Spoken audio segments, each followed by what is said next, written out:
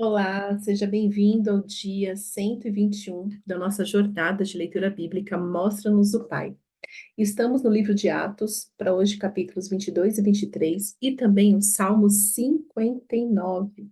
Vamos meditar aqui no capítulo 23 de Atos, a partir do verso 1, que diz: Paulo, fixando os olhos no sinédrio, disse: Meus irmãos, tenho cumprido o meu dever para com Deus com toda a boa consciência até o dia de hoje. Diante disso, o sumo sacerdote Ananias deu ordens aos que estavam perto de Paulo para que lhe batessem na boca. Então Paulo lhe disse: Deus te ferirá a parede branqueada. Está aí sentado para me julgar conforme a lei, mas contra a lei me mandas ferir? Os que estavam perto de Paulo disseram: Você ousa insultar o sumo sacerdote de Deus? Paulo respondeu: Irmãos, eu não sabia que ele era sumo sacerdote, pois está escrito: Não fale mal de uma autoridade do seu povo. Então Paulo, sabendo que alguns deles eram saduceus e os outros fariseus, bradou no sinédrio: Irmãos, sou fariseu, filho de fariseu. Estou sendo julgado por causa da minha esperança na ressurreição dos mortos. Dizendo isso, surgiu uma violenta discussão entre os fariseus e os saduceus, e a assembleia ficou dividida. Os saduceus dizem que não há ressurreição, nem anjos, nem espíritos. Mas os fariseus admitem todas estas coisas. Houve um grande alvoroço, e alguns dos seus mestres da lei, que eram fariseus, se levantaram e começaram a discutir intensamente, dizendo: Não encontramos nada de errado neste homem. Quem sabe se algum espírito ou anjo falou com ele? A discussão tornou-se tão violenta que o comandante teve medo de que Paulo fosse despedaçado por eles, então ordenou que as tropas descessem ou retirassem à força no meio deles, levando para a fortaleza. Na noite seguinte, o Senhor, pondo-se ao lado dele, disse: Coragem, assim como você testemunhou a meu respeito em Jerusalém, deverá testemunhar também em Roma. Essa passagem, Paulo, né, que se converteu, viu Jesus e entregou a vida inteira para Jesus, e ali em Jesus ele realmente deu sentido a tudo que estava escrito no Antigo Testamento. Paulo, que era um doutor da lei, tinha a lei de cor e salteado, e agora que ele encontrou Jesus, ele vê que tudo aquilo que ele estudou tem vida, tem forma, né? Tudo se resume em Cristo. Então, por causa da fé dele em Cristo, houve muitas discussões e ele começou a ser perseguido, né? Como o Senhor já tinha falado que ele seria. O que eu acho mais interessante nessa passagem, que me leva muito a pensar, pensar muitas coisas, mas nessa parte, né? Que Paulo leva um tapa na boca e ali ele fica com raiva, óbvio. Quem vai leva tapa na boca e fica feliz, né? Ele leva um murro e ali ele fala: Olha, você, né? Paulo, né, diz: Deus te ferirá, parede branqueada, está aí sentado para me julgar, e usa a lei, não sei o que, nananã.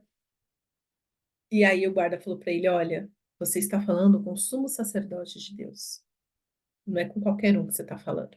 E Paulo continua: Irmãos, eu não sabia que ele era o sumo sacerdote, pois está escrito: Não fale mal de uma autoridade do seu povo.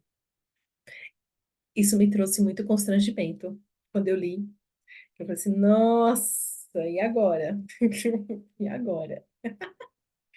Ficar falando mal dos pastores, dos padres, etc, etc, dos rabinos, etc, né?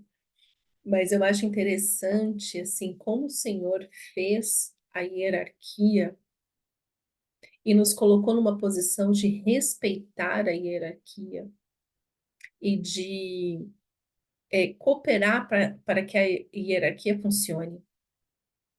Então, isso me trouxe muito temor quando eu li e falei assim: olha, não fale mal, né? Está escrito, não fale mal.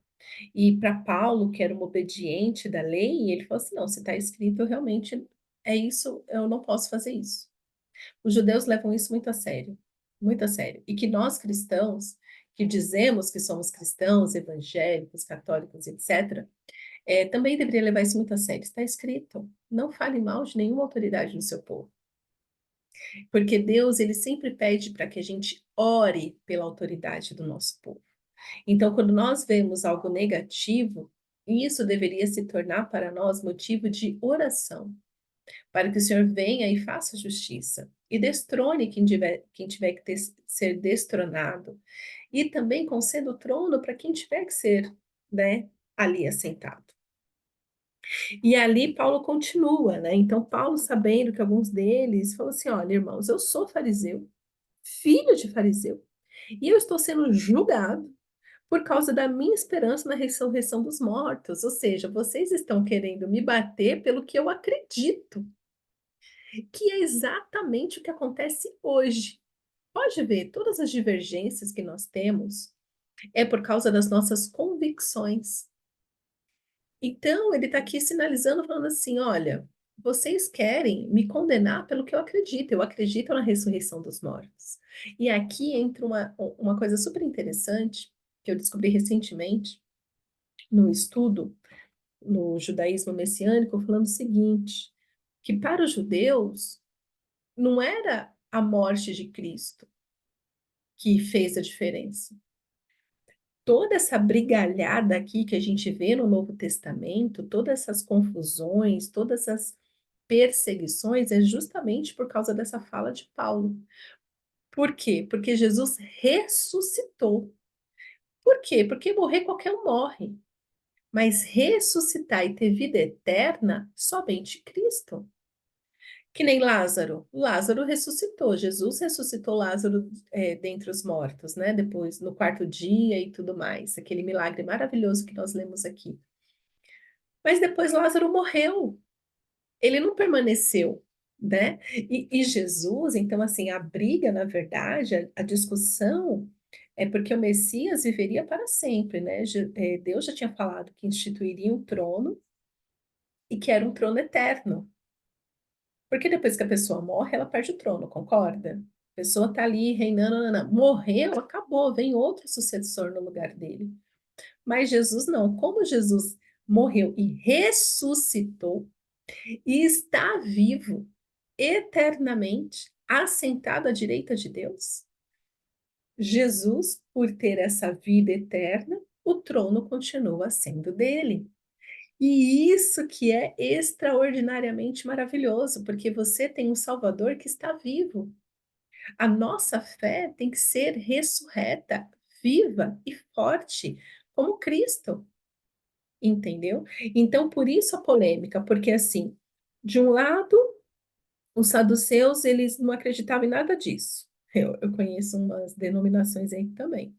Não acredita nem em anjo, nem em espírito, e nem nada disso. Não acredita que há ressurreição, nem anjo, nem espírito, né? Já os fariseus, eles admitem que há sim ressurreição, que há anjo, que há espírito. Então a bagunça aqui era por causa das convicções. Aí Paulo está sinalizando, de falando: olha, eu tenho esperança na ressurreição dos mortos. E digo mais: Jesus ressuscitou, porque ele apareceu para mim. Ele falou comigo.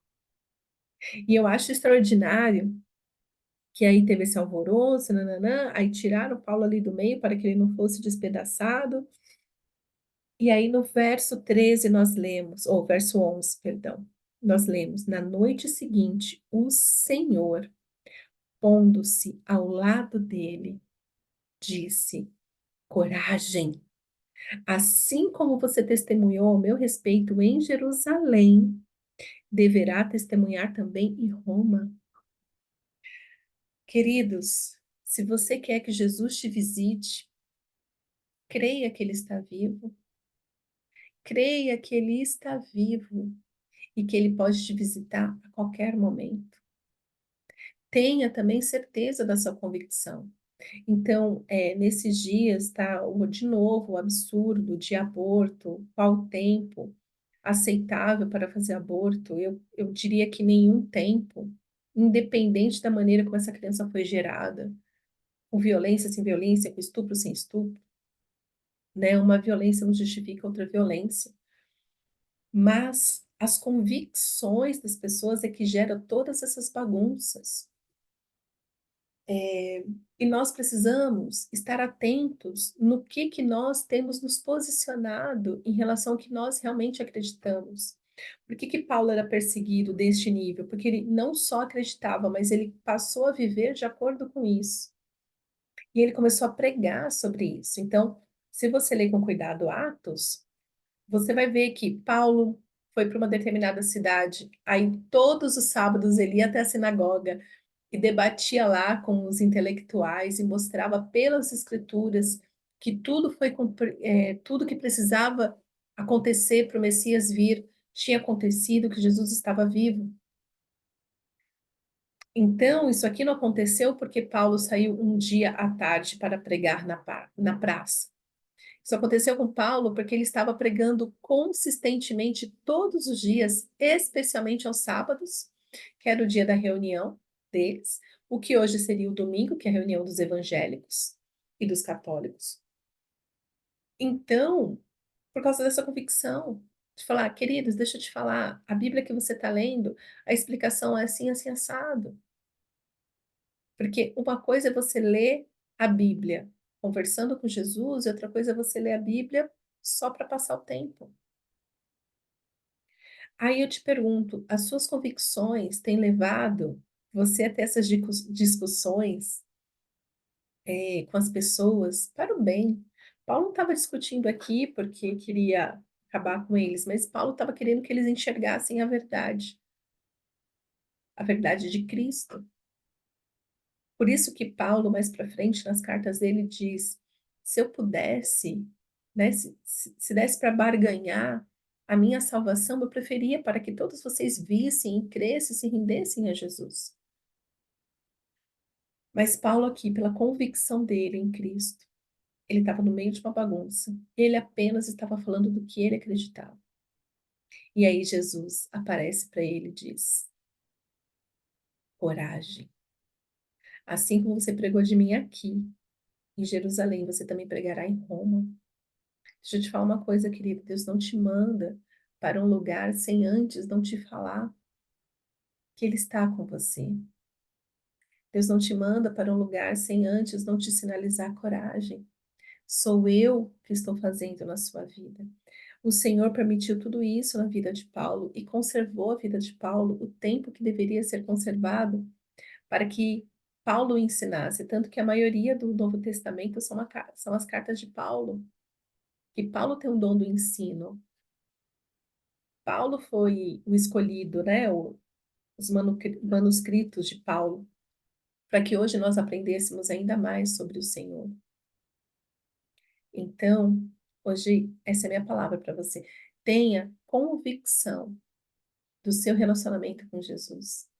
Tenha você a convicção de que Jesus ressuscitou, que ele está vivo.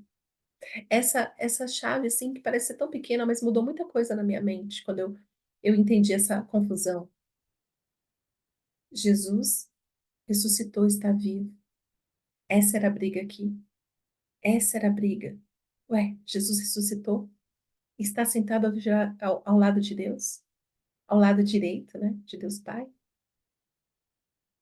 Muitas vezes nós nos relacionamos com Jesus que ainda está pregado na cruz, sofrendo, padecendo. Tem pessoas que idolatram, né, a morte de Jesus. Tem sim. Tem sim, eu conheço. E eu já fui uma dessas, que eu já fui bem religiosinha, que é pregado, né? A idolatria da cruz, de um Cristo pregado, sofrendo.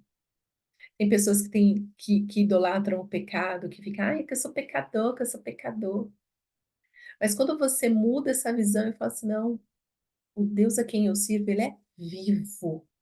Ele é vivo, ele está vivo. O meu Salvador vive. O meu Salvador ressuscitou.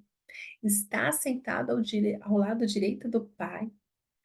Enviaram, né, o Pai e o Filho enviou o Santo Espírito para me fortalecer, para me guiar, para me consolar. Muda completamente quando você ter essa consciência, é uma consciência diária. Aí quando nós vamos para os Salmos, principalmente, é que a gente vê por que que tem tanta afirmação de Deus vivo, Deus vivo, Deus vivo, Deus vivo, Deus vivo, porque todos os outros reis morreram, todos os outros que chegaram a ressuscitar, quantas pessoas, né? Jesus que gostava de estragar os velórios, né? Quantas pessoas Jesus ressuscitou? Todas elas morreram, todas morreram. Mas o Rei dos Reis, o Senhor dos Senhores, rocha inabalável, o nosso Senhor, o nosso Salvador está vivo. Então, se relacione com Jesus hoje, Jesus que está vivo, tenha convicção. Então, eu sou contra o aborto porque o meu Salvador vive, então eu sou pró-vida. Não negociamos com a morte.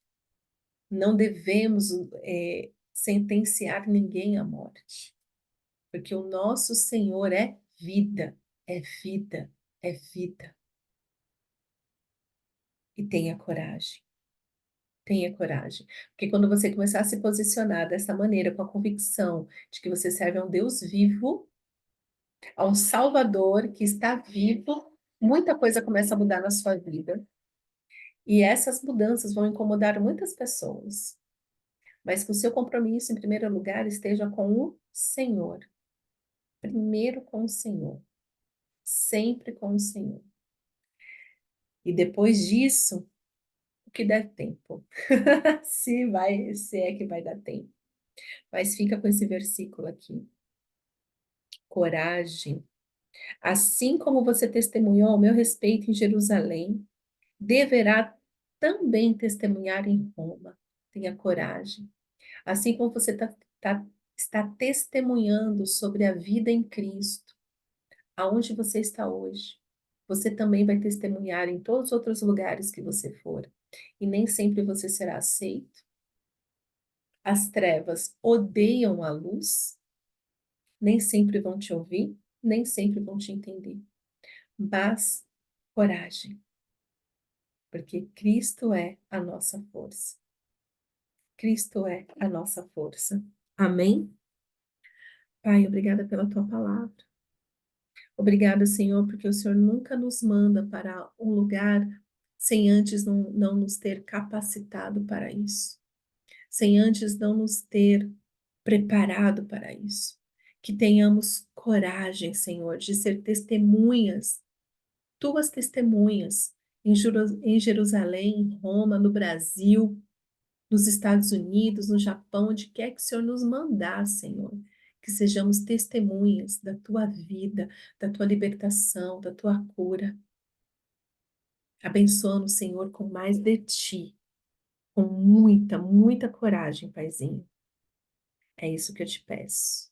Em nome de Jesus. Amém.